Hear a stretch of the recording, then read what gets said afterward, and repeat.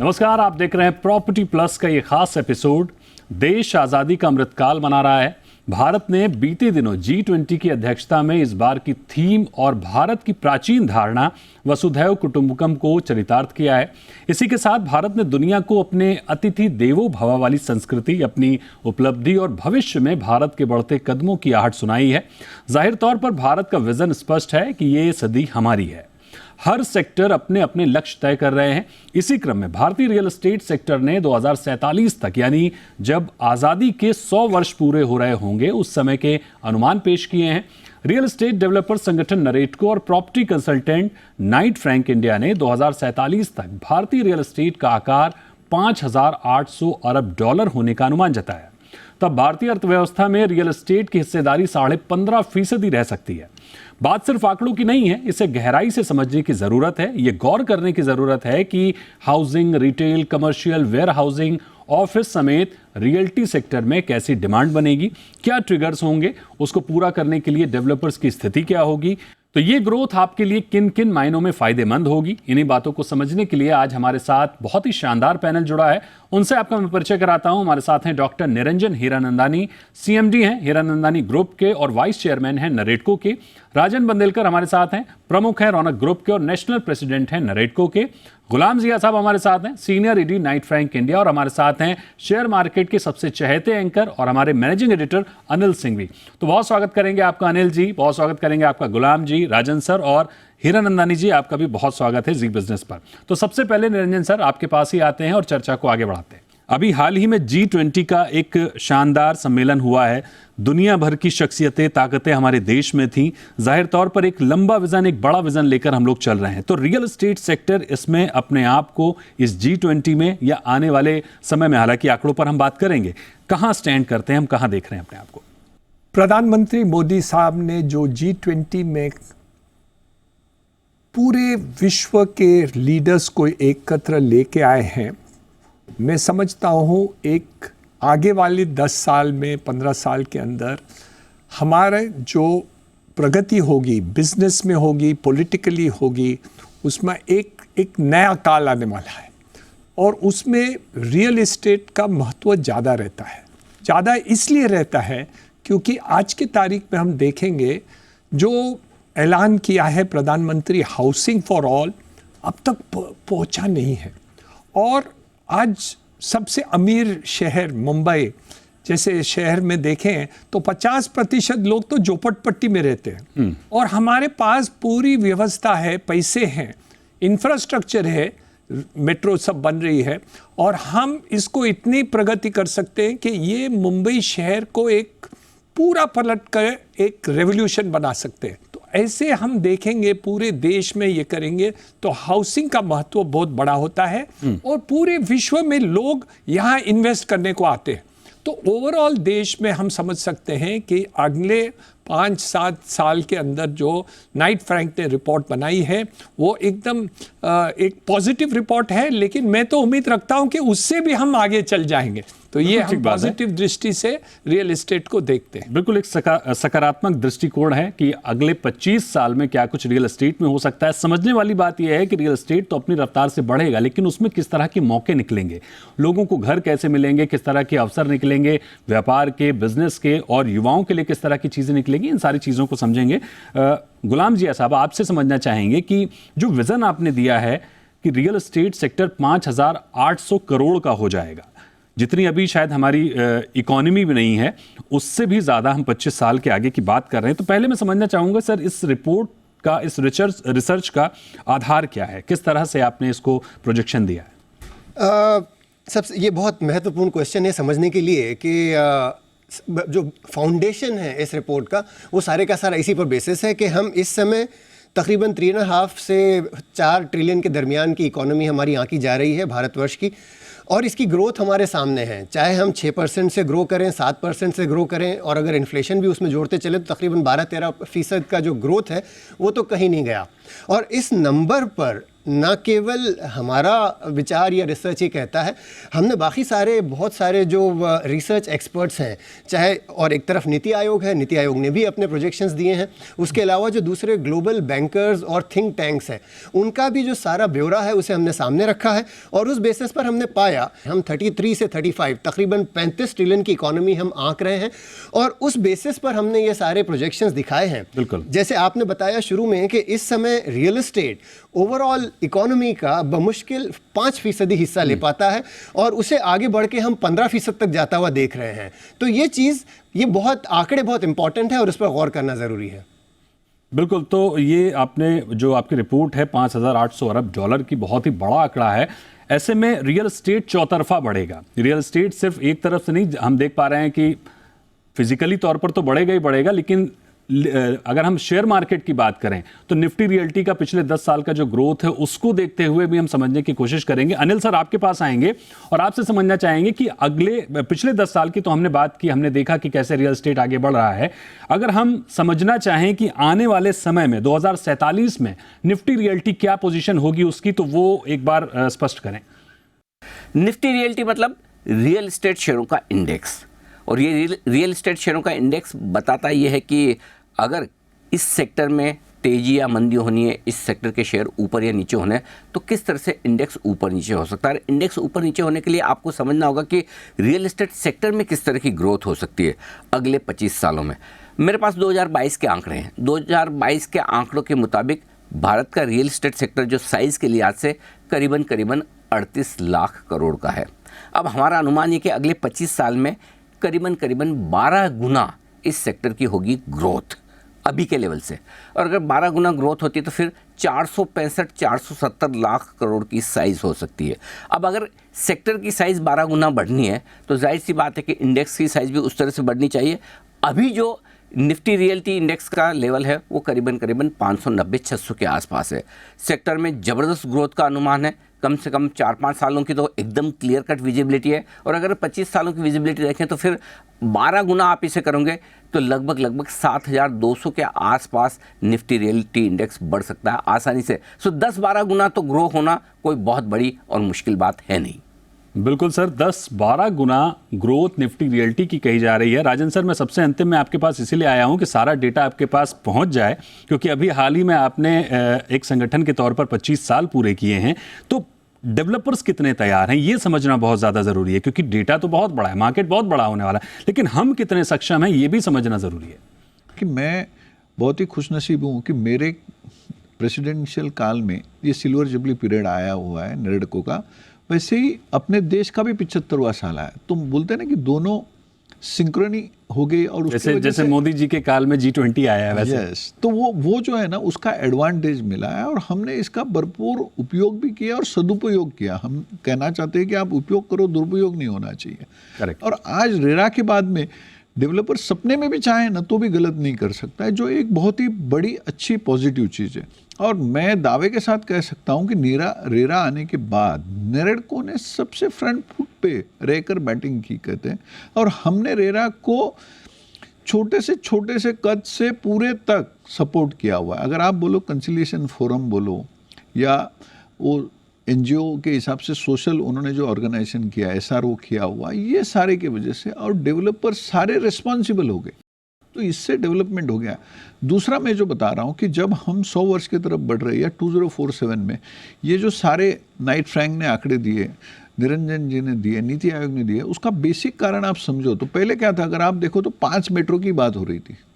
अब वो 5 मेट्रो तो उसके पीछे लोग इतने रफ्तार से आ रहे टायर 2 और टायर 3 सिटीज़ वाले, जिसका एडवांटेज है कि आज कमर्शियल रियल एस्टेट है वो हर छोटे सिटी में भी पनकने लग गया, डेवलप होने लग गया। ठीक बात है सर कि इंफ्रास्ट्रक्चर डेवलपमेंट होता है तो उसके पीछे रियल एस्टेट सर्वांगीण विकास उसका होता हुआ दिखता है। निरंजन सर, मेरा आपसे सवाल ये होगा कि अभी हाल ही में सर हमने देखा कि अमिताभ कांत जी की अध्यक्षता में एक कमेटी बनी है जिसने आवास मंत्री को बाकायदा रिपोर्ट भी सौंप दी है, क्योंकि रिपोर्ट जिस चीज़ की है वो बड़ी चिंता वाली बात है।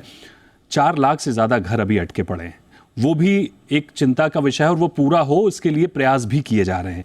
जाहिर तौर पर मैं आपसे समझना चाहूंगा कि ये जो विजन हम लेके चल रहे हैं उसमें ये एक डेंट का काम करेगा, तो इन्हें पूरा करने के लिए सरकार का जो सपोर्ट है वो तो आ रहा है, और क्या सपोर्ट हो सकता है सरकार का कि आगे इस तरह की समस्याएं ना आए? इनेबलिंग फाइनेंशियल मैकेनिज्म, पहले हमने मैकेनिज्म स्वामी फंड के द्वारा हमने किया, जहां सरकार ने लगभग 10,000 करोड़ की कंट्रीब्यूशन की और टोटल फंड 25,000 करोड़ की थी। लेकिन हमारी रिक्वायरमेंट आज जो है वो है 1.5 लाख करोड़ की। तो वो स्वामी फंड तो सही है, लेकिन हमारे पास वो अब तक इनेबलिंग जो फाइनेंशियल रिक्वायरमेंट है वो आरबीआई ने, फाइनेंस मिनिस्ट्री ने नहीं दी है। पैसे की ज़रूरत नहीं है। मेन इनका मकसद क्या है कि जितने भी अटके हुए प्रोजेक्ट्स हैं उनको फाइनेंशियली इनेबल करके पूरा कर दे। करेक्ट। उससे किसको हेयर कट लेना पड़े कि जो लेंडर्स हैं या जो डेवलपर्स हैं उनको करना पड़े, लेकिन प्रोजेक्ट पूरा हो जाते जो सरकार ने लिए है अमिताभ कांत के लीडरशिप में। और मैं ये उम्मीद रखता हूँ कि ये जल्दी से ज़ाहिर हो जाए और ये इसका मार्ग भी निकल सकता। नॉर्मली दूसरे जितने फैक्ट्रीज बंद हो जाते हैं ना, उसमें पैसे डालने से शुरुआत नहीं होती है, उसका सोल्यूशन नहीं आता। यहाँ सिर्फ पैसे की ज़रूरत है for finishing the projects and making it delivered. तो ये बहुत ही सबके फायदेमंद। बिल्कुल सही बात सही कही आपने सर कि अगर हम किसी नए चैप्टर की बात कर रहे हैं तो पहले अपना बैकलॉग खत्म कर लें, और ये बैकलॉग खत्म होगा तभी शायद हम उस नए चैप्टर पर बहुत ही कायदे से फोकस कर पाएंगे, उस पर आगे बढ़ पाएंगे। और दीपक जी, मेन क्या है कि ये हमने जो ट्रायल किया है वो सक्सेस हुआ है, तो ये मार्ग सही है। हाँ। हमें ऐसे उसको टेस्ट ट्रायल करने की जरूरत नहीं है। अभी ये हो सकता है, इंप्लीमेंट हो चुका है, बस उसको बढ़ाने की जरूरत है। yes। सर कुछ कह रहे हैं आप? दीपक जी, जो निरंजन जी ने कहा उसको ही मैं आगे बढ़ाकर कहता हूँ कि क्या हुआ कि सरकार मतलब अब रहा नहीं देखे कि हम आईसीयू में चले जाए फिर हमारे लिए ट्रीटमेंट करें। ये क्या है कि जो स्वामी फंड क्या हुआ कि जो आईसीयू में गए उनको ट्रीटमेंट कर रहे हैं। हालांकि इसके बजाय आरबीआई ने, जब अपन देख रहे हैं रियल एस्टेट अच्छी तरीके से चल रहा है, और अगर कि जो अपन कह रहे हैं कि अपनी इकोनॉमी 33 से 35 ट्रिलियन डॉलर्स जाने वाली है, उसमें real estate is going to be one of the major aspect. हालांकि मेरे मित्र ने 15% बोला, लेकिन हम तो थोड़े बुलिश है कि वो 18 to 20% होगा, जो नीति आयोग ने भी बताया हुआ। अगर वो होता है कि इन्होंने हमको सपोर्ट नहीं किया ना, तो ये नहीं होगा। ये जो 4 लाख घर की बात कर रहे हैं, इसकी वजह से हमारी छवि खराब हुई थी। लेकिन नेरेडको और क्रेडा, ये दोनों ऑर्गेनाइजेशन ने अमिताभ कांत से बात की, उन्होंने एक कमेटी बनाई थी, हमारे से रिपोर्ट ली, और हमने आपको भी बताया। बिल्कुल सर, उसमें हमने कई बार बात की, बाकायदा आपकी इस रिपोर्ट पर भी चर्चा की कि किस तरह से दिख रहा है। बिल्कुल अब सोल्यूशन दिख रहा है। बिल्कुल राजन सर, इस चर्चा को और आगे बढ़ाएंगे। यहाँ वक्त है एक छोटे से ब्रेक का। ब्रेक के बाद हम इस चर्चा को आगे बढ़ाएंगे और जानने की कोशिश करेंगे कि 2047 तक जब रियल एस्टेट मार्केट एक वृहद रूप में होगा, उस वक्त किस तरह की संभावनाएं बनेंगी हर सेक्टर में, हर वर्टिकल में रियल एस्टेट के। छोटे से ब्रेक के बाद जल्द हाजिर होंगे।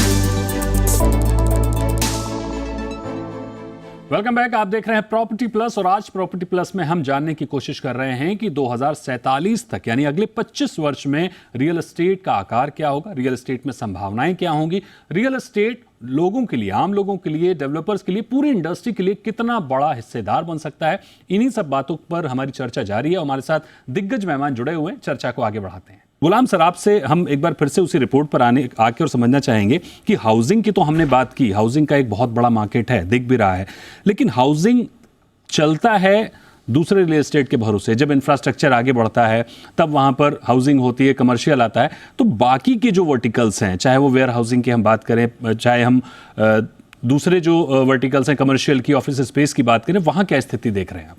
जैसा आपने सवाल किया, इसके पीछे इंफ्रास्ट्रक्चर या बाकी सारे रियल एस्टेट का क्या कंट्रीब्यूशन होगा, क्या योगदान होगा, उसमें मैं केवल एक चीज़ आपको बताना चाहूँगा कि इस समय हमारे ऑफिस की जो दफ्तर, जो ऑफिसेज हैं हमारे मुल्क में, ये तकरीबन 850 मिलियन स्क्वायर फीट के ऑफिसेज हैं। बिल्कुल। और अगले 25 साल में हम इस नंबर को बड़ा होते हुए 3.5 से 4 बिलियन ऑफिसेज देख रहे हैं। तो आप अंदाजा लगा सकते हैं कि जब ये सारे ऑफिसेज बन रहे हैं तो कितनी जॉब्स होंगी, कितने लोग इन दफातर में, इन ऑफिसेज में काम करेंगे और उन लोगों को कितने मकानों की जरूरत पड़ेगी। तो मैं सिंपली ये कहना चाहूंगा कि जो 50 लाख सालाना हमें मकानों की का दरकार होंगे, उनमें से तकरीबन 10 से 12 लाख ये नए जॉब्स के बेसिस पे निकलते चले आएंगे। नए जॉब्स के बेसिस पे जाहिर तौर पर जब रियल एस्टेट इस तरह से बढ़ेगा तो इसका असर जो हम बात करते हैं बार बार की इक्विटी मार्केट पर भी दिखेगा, निफ्टी रियल्टी पर भी दिखेगा। तो अनिल सर, एक बार फिर से आपसे समझना चाहेंगे कि काफी कुछ तो गुलाम जिया साहब ने बताया, लेकिन क्या ट्रिगर्स आप देख रहे हैं निफ्टी रियल्टी के ग्रोथ को लेकर?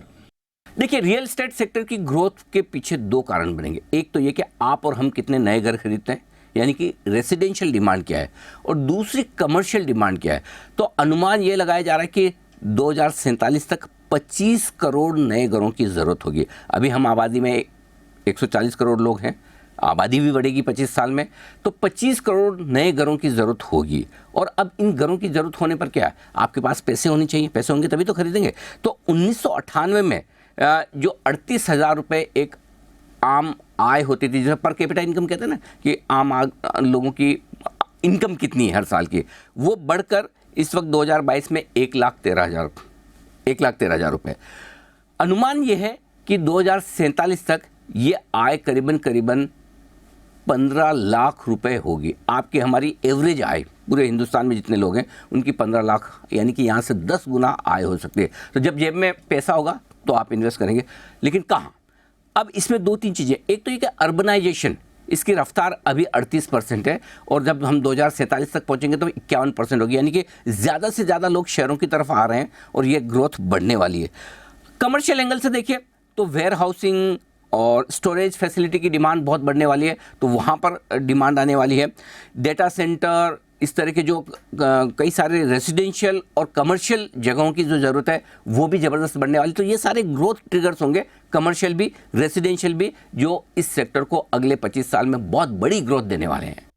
बिल्कुल। इसमें सर एक और चीज़ मैं समझना चाहूँगा निरंजन सर आपसे, कि जैसा कि हम बात कर रहे हैं कि कमर्शियल की डिमांड होगी, रेजिडेंशियल की डिमांड होगी, लेकिन रेजिडेंशियल में अभी भी हमने देखा कि जो बाइंग कैपेसिटी है, ठीक है, अभी आगे शायद हो सकता है बढ़ेगी, वो नहीं है। इसीलिए शायद हम रेंटल हाउसिंग की तरफ रुख कर रहे थे, तभी शायद हम ARHC की बात कर रहे थे, क्योंकि अर्बन लेबर को अभी हम देखते हैं मुंबई की अगर आप बात करें तो बहुत बड़े मास में आपको स्लम दिखाई देगा, उसको ख़त्म करने की बात है। तो शायद उनमें अभी इतनी शक्ति नहीं है कि वो अपना घर खरीद सके, तो उनके लिए विकल्प के ऑप्शन, मतलब विकल्प देने की बात की गई थी जिन पे बहुत ज़्यादा काम नहीं हुआ। तो रेंटल हाउसिंग, ARHC या इस तरह की जो वैकल्पिक हाउसिंग व्यवस्था है उसको डेवलप करने के लिए क्या कुछ किया जाने की ज़रूरत है और वो कितना इंपॉर्टेंट है? दीपक जी, आपने एक बड़ा नुक्स पकड़ लिया है। अमेरिका जैसे अमीर से अमीर देश देखें तो लगभग 40% लोग जन्म से मरण तक रेंटल हाउसिंग में रहते हैं, क्योंकि वो पूरा जो इंस्टीट्यूशन है वहाँ रेंटल हाउसिंग को क्रिएट किया गया है and it is working very well. लेकिन यहाँ जो हुआ है वो अब तक हमने जो ओनरशिप हाउसिंग को हमने जो बढ़ावा दिया है, इनकम टैक्स का बढ़ावा दिया है, अलग अलग बढ़ावा दिए हैं, वो हम रेंटल के ऊपर इतना ध्यान नहीं दिया। मैं समझता हूँ इसके ऊपर इक्वल ध्यान देंगे तो 3 फायदे होंगे। लोग कहाँ भी जाके रह सकते हैं, उनको घर खरीदने की ज़रूरत नहीं है। डेवलपर्स या इन्वेस्टर्स या इंस्टीट्यूशंस या चैरिटेबल ट्रस्ट या बैंक्स या फाइनेंशियल इंस्टीट्यूशन किराए के घर बना सकते हैं। जैसे रीट्स हम आज कमर्शियल में हैं, वो रेजिडेंशियल में भी बन सकते हैं, लेकिन उसको देने के लिए बढ़ावा करने की जरूरत है। रेंटल हाउसिंग एक अच्छा विकल्प हो सकता है, नहीं है, इसी में सर, लेकिन उसको बढ़ावा नहीं दिया, बढ़ावा देने की जरूरत है। गुलाम सर, इसमें मेरा एक सवाल ये होगा कि जब हम हाउसिंग की बात करते हैं, रहने की बात करते हैं, तो इन्वेस्टमेंट की भी बात होती है रियल एस्टेट में, जो सबसे ज्यादा आकर्षक देखा जाता है। तो सबसे पहले तो मुझे बताइए कि जब हम 2047 की बात कर रहे हैं रियल एस्टेट की, तो इन्वेस्टमेंट के लिहाज से वो दौर कितना बेहतर होगा रियल एस्टेट को देखते हुए? ये बहुत ही महत्वपूर्ण सवाल आपने उठाया है, और इसे समझने के लिए वंस अगेन ग्लोबल एग्जाम्पल्स जो दुनिया में इस तरह की तरक्की याफ्ता ममालिक हैं उन पर एक बार नज़र डालना भी ज़रूरी होता है, चाहे वो अमेरिकन हो या यूरोपियन हो। ये सारे ममालिक में हमने एक चीज़ देखी है कि यहाँ पर उमूमन रियल एस्टेट का जो प्राइस ग्रोथ होता है वो इन्फ्लेशन लिंक्ड होता है। अंदाजन 100 से 150 बिप्स, मतलब अगर इन्फ्लेशन आपका 6% है तो 7% रियल एस्टेट के प्राइसेस में ग्रोथ होगा। भारतवर्ष में भी इसी तरह का एक ग्रोथ देखी जाएगी कि अगर 7-8% ग्रोथ जो नॉर्मल है उसे आप लेके चलें तो वो ग्रोथ अगर आप उसको उस पर इन्वेस्ट करना चाह रहे हो तो जाहिर सी बात है आपके लिए वो बहुत सेफ इन्वेस्टमेंट है। अगर उसमें से चंद एक प्रोजेक्ट्स आपको उससे बेहतर रिटर्न दे पाएँ तो बढ़िया, अदरवाइज आप ये मान के चलें कि 5 से 7% का एनुअल ग्रोथ जो होगा ये अगले 20 से 25 साल तक आपको दिखता रहेगा। बिल्कुल, यानी आपका कहना है कि रियल एस्टेट निवेश के लिहाज से भी बहुत शानदार होगा। जाहिर तौर पर जब निवेश की बात आती है तो हम अक्सर शेयर मार्केट का रुख करते हैं और हम फिर एक बार निफ्टी रियल्टी की तरफ आएंगे, शेयर मार्केट में किस तरह से रियल एस्टेट में ग्रोथ होती हुई दिखेगी। अनिल सर, आपसे समझना चाहेंगे कि लिस्टेड डेवलपर्स की ग्रोथ को देखें तो लिस्टेड डेवलपर्स की ग्रोथ कैसी देख रहे हैं आप? देखिए, मैं एक बहुत सिंपल सा फॉर्मूला बताता हूँ। अगर आप रियल एस्टेट पे बुलिश हैं और जो कि आपको होना चाहिए, आप दो वजह से रियल एस्टेट खरीदते हैं, रेजिडेंशियल, कमर्शियल। रेजिडेंशियल इसलिए खरीदते हैं कि एक तो आपको घर रहने के लिए चाहिए या फिर एक्स्ट्रा इन्वेस्टमेंट के हिसाब से, और कमर्शियल भी आप या तो अपने यूज़ के लिए या फिर रेंट आउट करने के लिए इन्वेस्टमेंट के लिहाज से खरीदते हैं। अब रेजिडेंशियल में अगर आपको या कमर्शियल में आपको रियल एस्टेट खरीदनी है तो मैं आपको दूसरा ऑप्शन देता हूँ। आप बुलिश है और निवेश करना चाहते हैं तो आप रियल एस्टेट शेयर खरीदिए। शेयरों में उससे कहीं ज़्यादा रिटर्न मिलेगा। देखिए, एक तो पहली चीज़ तो है कि रियल एस्टेट खरीदना पैसा ज़्यादा चाहिए, 1-2 लाख में तो खरीद नहीं सकते, 5-10 लाख में भी नहीं खरीद सकते, तो ज़्यादा पैसा चाहिए, टिकट साइज बड़ी होती है। शेयर आपको खरीदने के लिए 2000-5000 के भी खरीद सकते हैं। दूसरी बात, खरीदने और बेचने की जो कॉस्ट है, स्टैम्प ड्यूटी वगैरह ये, और आसानी से लिक्विडिटी होती नहीं इतनी, तो वो रियल एस्टेट खरीदने बेचने में थोड़ा मुश्किल है। शेयर खरीदने बेचने में तो बड़ा आसान सा काम है, जब आपका मन हुआ खरीद लिया, बेच दिया। तो मैं ये कहूँगा कि अगर आप रियल एस्टेट पर बुलिश हैं तो रियल एस्टेट शेयर खरीदिए। और आमतौर पर यह देखा गया कि तेज़ी के वक्त जितने दाम रियल एस्टेट के बढ़ते हैं उससे कहीं ज़्यादा दाम रियल एस्टेट शेयरों के बढ़ते हैं। और अगले 25 सालों में जितने दाम रियल एस्टेट के बढ़ेंगे, बढ़ने के पीछे कारण अलग अलग हो सकते हैं, नो डाउट डिमांड, कॉस्ट भी बढ़ेगी, ये सब कुछ होगा, लेकिन आपको शेयर कहीं ज़्यादा रिटर्न देंगे। सो अगर आप बुलिश हैं प्रॉपर्टी मार्केट पे तो प्लीज़ जाकर अच्छी क्वालिटी के प्रॉपर्टी शेयर खरीदिए। और उसमें एक ही चीज़ ध्यान रखनी है, जो भी डेवलपर का शेयर आप खरीद रहे हैं रेपुटेड होना चाहिए और उसकी बैलेंस शीट पे कर्ज, डेट कम से कम हो। बस ये 2 चीज़ें देख लीजिए, बाकी कोई चिंता की बात नहीं। बिल्कुल ठीक है सर, लेकिन जो डेवलपर अच्छे हैं, जिन्होंने काम बहुत शानदार किया है और लिस्टेड नहीं है, उनके लिए क्या कहेंगे आप? क्योंकि निरंजन सर हमारे साथ बैठे हैं, राजन सर हमारे साथ बैठे हैं, इन्होंने भी एक शानदार काम किया है, तो इनके प्रोजेक्ट में निवेश करने के लिए क्या कुछ किया जाए? ये तो लिस्टेड रियल एस्टेट डेवलपर्स की बात है, लेकिन ऐसा नहीं कि जो लिस्टेड नहीं है वो अच्छी नहीं है, वो भी बहुत बढ़िया। अगर आपको प्रॉपर्टी खरीदनी है, जैसे निरंजन सर बैठे हैं हमारे पैनल पे, राजन जी है, बहुत रेपुटेड बिल्डर्स हैं, आपको प्रॉपर्टी खरीदनी है तो आप इनकी लीजिए, कोई दिक्कत नहीं। लेकिन अगर प्रॉपर्टी और शेयर में आपको इन्वेस्टमेंट करने के बारे में सोचना और शेयर खरीदना हो तो फिर जब तक निरंजन सर अपना IPO न लेकर आए, राजन सर अपना IPO न लेकर आए, तब तक आपके पास ऑप्शन नहीं है। तो फिर आपको शेयर खरीदने, नहीं तो प्रॉपर्टी तो आप किसी भी अच्छे बिल्डर से खरीदें, नामी बिल्डर से खरीदें, जिनके पास कर्ज कम हो, समय से पूरे प्रोजेक्ट कर रहे हो। दिक्कत की बात ही क्या है?